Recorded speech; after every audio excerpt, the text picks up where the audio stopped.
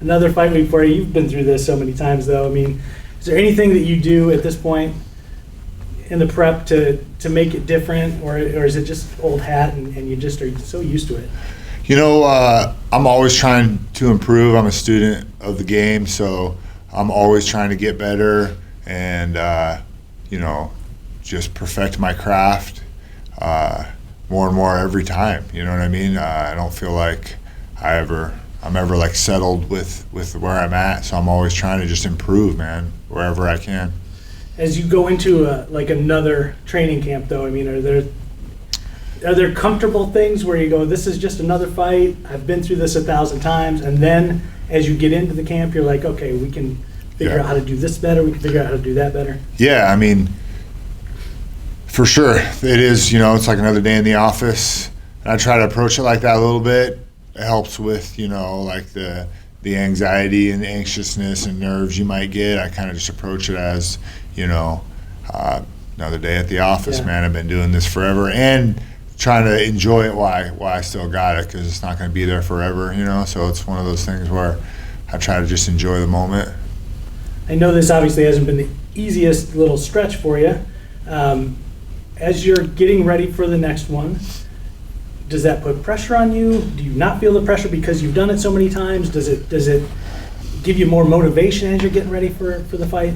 Not really. My last two fights, with CB Dalloway, I was coming into that with a pretty significant injury, so I wasn't able to train the way I wanted to. So the outcome was disappointing, but I don't measure that to where I'm at now. People say, "Oh, well, you lost to CB Dalloway. He took you down 6 times. Patrick Cummings is a better wrestler," but I wasn't where I'm at now. And then I was off for a year and a half because I had ACL surgery.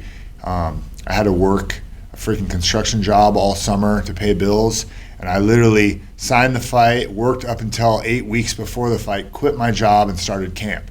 So going into my last fight, I felt really good. I was in good shape. I wasn't injured, but I didn't have, I had a lot going on going into the fight. This time I've been able to, train properly, prepare properly. I wasn't trying to work and do those things. So I feel like I'm really excited where I'm at for this camp, and makes me feel less pressure than in the past, maybe, to where I felt like I wasn't ready, because that's like a scary feeling when you go into a fight feeling like you're not in good enough shape or you're not as prepared as you could be. So going into this fight, I feel like I really am. So that's good for me. And just again, like I said, man, I'm trying to enjoy it while it's here still, and embrace the moment and not let those negative thoughts creep in. The Volante fight, you don't have it in the right spot on your resume, but I know you feel like you probably won that fight, and I know a lot of other people felt like that should have been in your favor too. Is that something that do you take moral victories out of this stuff at this point in your career, where you go, yeah, I have lost 3 straight, but I know what was going on with the one in the middle, and I know that the most recent one, man, I really should have had my hand raised. Yeah, and then it's a good learning lesson too. I look back, I watched the film, and I'm like, man, I could have pushed a little harder in the 3rd round. I shouldn't think that I had won the other rounds and go into there thinking, oh, I can coast a little bit in this round. Even though I felt like I still did enough to win the 3rd round, looking back, I could have done more. So I take that for sure as a lesson to myself, as to just, never take that for granted that I have won the previous rounds. Tough 3. I think you're the last man standing now. I'm definitely the last UFC, man standing. Right? Yeah, from Tough 3. I don't even know if any of those guys are still fighting at all. Josh Berkman was on 2, actually. Yeah. He just retired. Diego Sanchez is on season 1, so he's like the last man standing, really, you know what I mean, in a sense. It's me and him.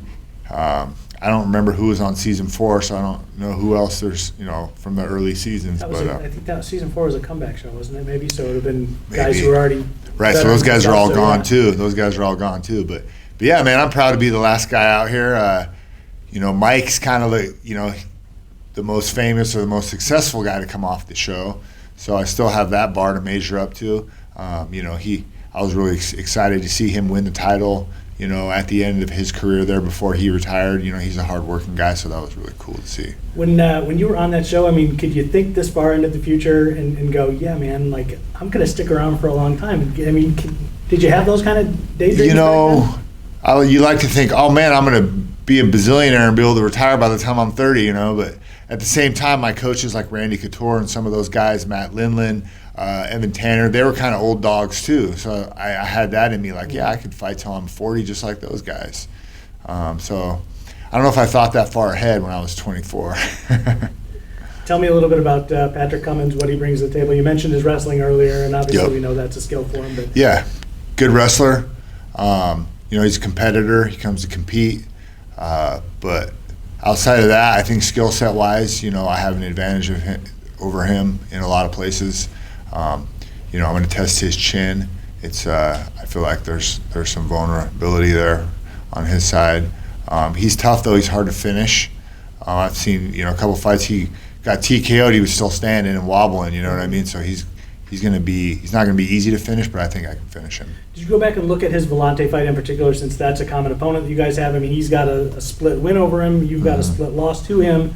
Is that a fight that you look at in particular and go, okay, this is what he did against him, this is what I did, and here's where I can figure out how it meets up when I fight him? I watched it once. It wasn't a fight that I studied a whole lot of because I'm a different fighter than Volante.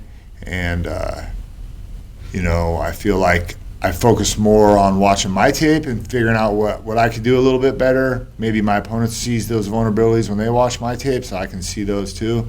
But really it's about, I'm going to do what I do, and can you stop what I do? It's about me and me bringing my game. I'm not going to change a whole lot for the opponent. Again, good wrestler. So, he's going to be shooting more than Volante, especially when I put these hands on him. So, again, you kind of work your game against the opponent you're going to have, but overall, I'm going to bring what I'm the best at. So you've mentioned a couple times, knowing that this isn't going to last forever. I mean, is that something that you start to think about at this point? I mean, late 30s, I feel like used to be the kind of time when we would all start asking you guys, hey man, when are you going to hang it up? But I don't feel it's that way as much anymore. Right. I feel like in the 2019 era, guys can go into a little deeper into their 40s, but right. Is that something that you think about for sure? Each fight now? Well, I go into it as this could be the last one. Again, that's where that mindset comes in. I'm trying to enjoy it while I'm here, enjoy the moment. You never know whether I choose to retire or I get an injury that causes me to have to retire or whatever it may be.